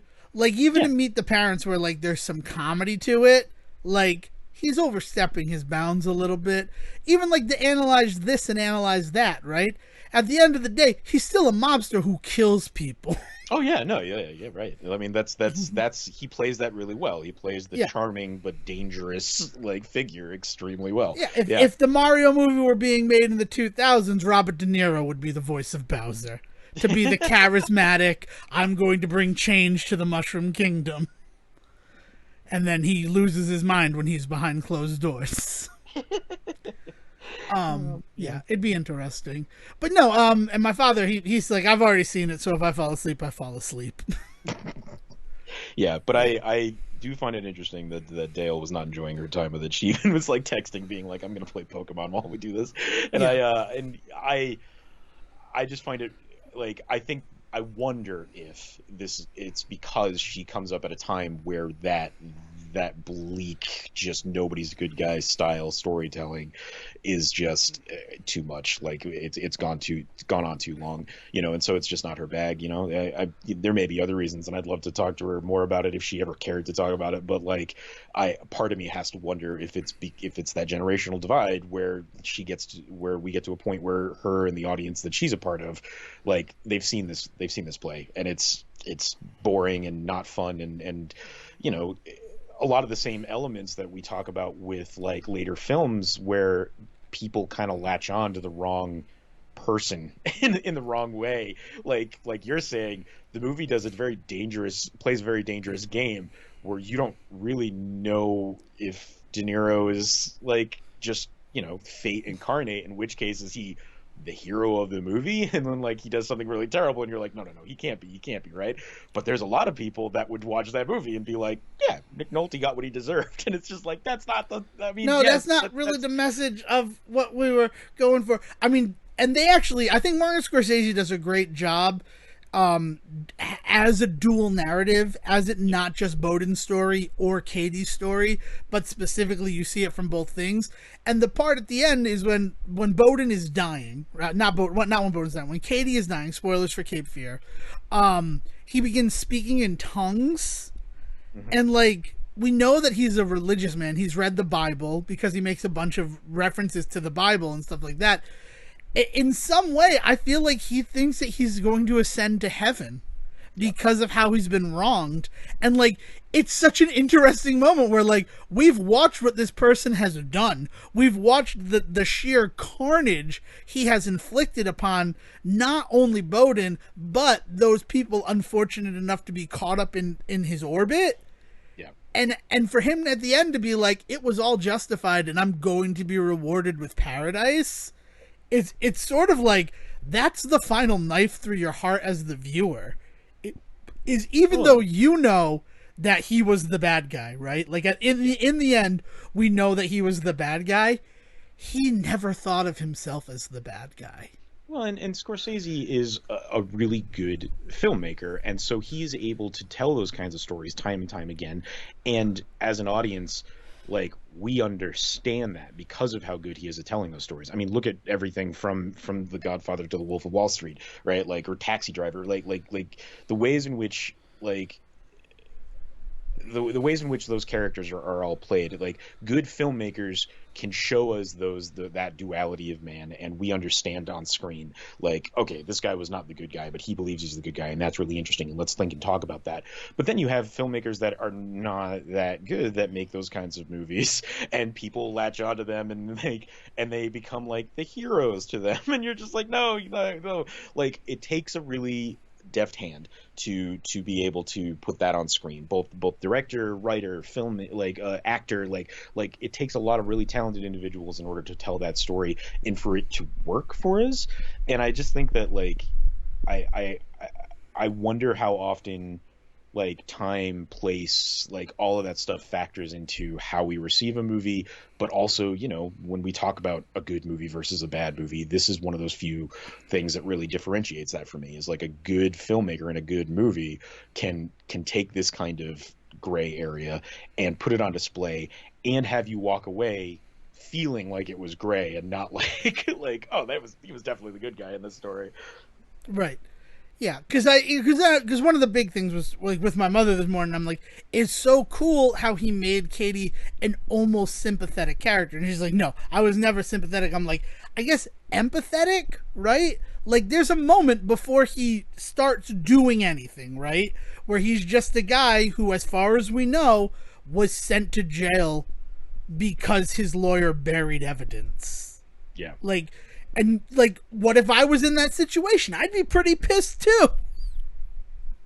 I don't know. It was fun. It was a fun film to watch. But then also what you're speaking to in regards to, like, is Dayle maybe desensitized to it from what she grew up with? And not just Dayle. I don't want Right? to, like, No. But she's representative of yeah. of a specific type of generation, a type of cinema viewer, right?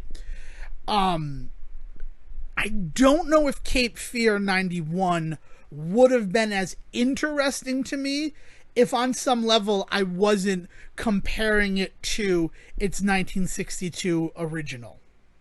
Like, that really kept me involved too. And then when Robert Mitchum and Gregory Peck show up, and the roles that they show up in, like, that was really fun to me, that they represent law and order in different ways. And, like, yeah. I mean, to that point, Cape Fear is a phenomenally successful film that is like you know, yeah, what I mean? Like, yeah, exactly. At the time. And I don't think everybody that saw it in '91 when it came out and loved it and put it up on the pedestal that it was put up on, I don't think everybody that had seen it had only seen it because they wanted to compare it to the old one, right? Like, right. We know it succeeds on its own. No, but I'm talking about my own personal experience with it and why I wasn't like, oh my god, I've seen this story a million times before. Like, I feel like that was sort of my armor against that, was at the end of the day. I mean, my parents had never seen the original Cape Fear when we watched it. When I said we're going to watch Cape Fear, they both thought the Robert De Niro movie. So it's just an interesting sort of entire situation, especially with the classic movie viewing that we've done as a result of the pandemic. Yep. All right. So we've talked about Dayle, so let's wrap it up again with saying happy birthday, Dayle. Is there anything else that you wanted to add before we send this one off to the vaults? No, I just have been spending a lot of time just kind of digging into some old stuff. I started playing Saberwolf. Okay, do you know this game? I know that game, yeah. It's such a... I had never played it before. I you know, it's one of those ones that comes up in conversation all the time when talking about the history of Rare, and I have not so jokingly talked about my love of, like, their weirder games like Conquer and stuff like that. I'm excited for the 64 emulator console because I might finally get to get my hands on Donkey Kong 64 again. But, like, going into the back catalog of some Game Boy Advance games and Game Boy Color games, which is what I don't know why this started for me this week, but I found Saberwolf and I was like, oh right, I've never actually, like, played it, and it is, like, I've got some thoughts on like how the evolution of from like the side scrolling Donkey Kong games from earlier in Rare's career to like the Banjo-Kazooie's games that they get to, and like the ways in which that like that game has both that like weird like 3D overworld where you're doing like the walk around, but also gets into those 2D moments where you're running along, and the weird chase mechanic that I'm very, very early in it still, so I don't know if it evolves in any way, but like the ways in which you go to, go through a level one way and then you get chased back the other way, and like if you don't remember what you did the whole way, like it's very wild. That game introduces some elements to gaming that at the time I would have found amazing, and like in retrospect are really cool, but I have to try and like remind myself how at the time this game was actually doing something really wild. And I think that's one of the reasons why so many people like reference it and remember it and like love it, is because it does so many weird and wacky things that then became like standard. And some of that is because of Rare's own doing with things like Banjo-Kazooie and Donkey Kong 64 and stuff like that, in the overworld and going down into the level and doing something crazy in this world and coming back out, and like, and then the collect 'em all aspects of it and things like that. There's a lot going on in this little Game Boy game that like I just completely on a whim just downloaded because I saw it in a list of games and I was just like, oh right, Saberwolf, I've never played that one, let me try it. So yeah, I'm like weirdly in that right now. Cool. Yeah, it's one of those things. Rare as a publisher, like everybody thinks about Battletoads, right? As this NES game that's incredibly difficult, and one of the reasons that you cite for that difficulty is how the game changes every level. Every level feels like a different game. But then, like, that's what Donkey Kong Country is. All three of the Donkey Kong Country games, every level introduces you to a different sort of gimmick. And then those gimmicks come back, but in new ways throughout the game, right? Like I mean, everybody loves a good minecart level, but like that is those minecarts Country changing up its formula for a level because you've done a bunch of platforming. Now let's do something wild, right? Like and those minecart levels are turbo tunnels. Like it's just turbo tunnel from Battletoads, because I've been watching people play through Battletoads like the full game. I don't know if it's something that I would ever do, but it's something that I've been watching because so many people have been playing it, and I'm not sure why. Maybe with the new one that came out last year, or maybe it's just one of those games that people eventually just get to. Everything ends in crabs. Everything ends in Battletoads. Yeah. And it's then, still a meme, I think, is the big thing. Like, I don't think it's as big of a meme as it was 5 years ago, but it's still a meme to play it. And if you're a Twitch gamer looking for a quick, like, easy couple of watches, you put up that you're playing Battletoads, you know? Yeah, it makes sense. But then watching it and seeing the stuff, I'm like, oh, this is just what Donkey Kong Country did. The difference with Donkey Kong Country is it's a stabler game, right? It's not NES, so, like, the game's not crashing or breaking like that. They actually had the time to flesh it out and make it full, but also they kind of disguise the gimmicky nature of the game by giving you that overworld. Mm-hmm. Because the overworld gives you that break. It's interesting. I'm glad that you're celebrating some of other Rare stuff, because you see how everything that they learned from every game that they've made goes forward. Yeah, the animal aspects, like the animal partner aspects that are so present in all of the Donkey Kong games, become such a huge part of Saberwolf, in that like you can call on those animals at any time as long as you have them in your inventory. So they're not just dedicated to just specific spots, and because of that they're then able to then create like really interesting quote unquote secret areas, like ways to get to things that you otherwise wouldn't be able to, because you don't think about it, but you collected a sleeping bear. Like, it's such the animal partners are so weird because Rare is so weird, but like you collected like the bear that you can jump on like 2 levels ago, but you still got them in your inventory because you haven't used them yet. Well, now you can use them in this weird part that you wouldn't otherwise have access to. Like, whereas in Donkey Kong Country, the idea is that you go into very specific areas, and then there's always the sign that says like, okay, no frog beyond this point, no ostrich beyond this point. So they give you a 1-up and they let you go on, like, but they take your animal partner away. Like Saberwolf is like, what if we didn't? What if we gave you the opportunity at any point to use that character? And then you go and you see Donkey Kong 64, where then the idea is that you can use any of the Kongs in any level, and different Kongs give you access to different goals because of the different powers that they have. So you see this really cool evolution from like, okay, we're going to give you the superpower, but then we're going to take it away because we don't want you to abuse it. Then we see this game where they're just like, what if we let you abuse it? What happens? And then you see the one where it becomes core gameplay. And it's no longer an abuse of power. It is literally the point. Right. And so like it's really, really interesting. Yeah. Yeah, cool. Rare. Something that we should explore a little bit more going forward. I guess the last thing for me is I have access to a next-gen gaming monitor for the next week. So I'm going to play the PlayStation 5 on this monitor. So if you have a game that you'd like to know what it's like, you can get me on Twitter at Devin D. Decker and let me know about a game you're curious in the 120 hertz on like a next gen monitor. I'm excited to get to explore this thing while I have it for the week and then talk about it next week. Yeah, and if you got any other GBA games, I should be taking a look at, because Saberwolf was such a weird find that I'm like itching now for like just weirder experiences from the Game Boy era, because we talk a lot about the big consoles, but it's something I'm looking at, these smaller ones, and so send that my way at Siege versus the World. Excellent. So one last time, happy birthday, Dayle. Will please bring us home. Thank you for listening to the Say Report with your host Devin Decker and Stephen Serwick. Please follow the guys on Twitter and Facebook by searching for The Say Report, and you can always subscribe on your podcast channel so this is delivered straight to you and you can enjoy it every week. With apologies to your mother, we'll see you next time.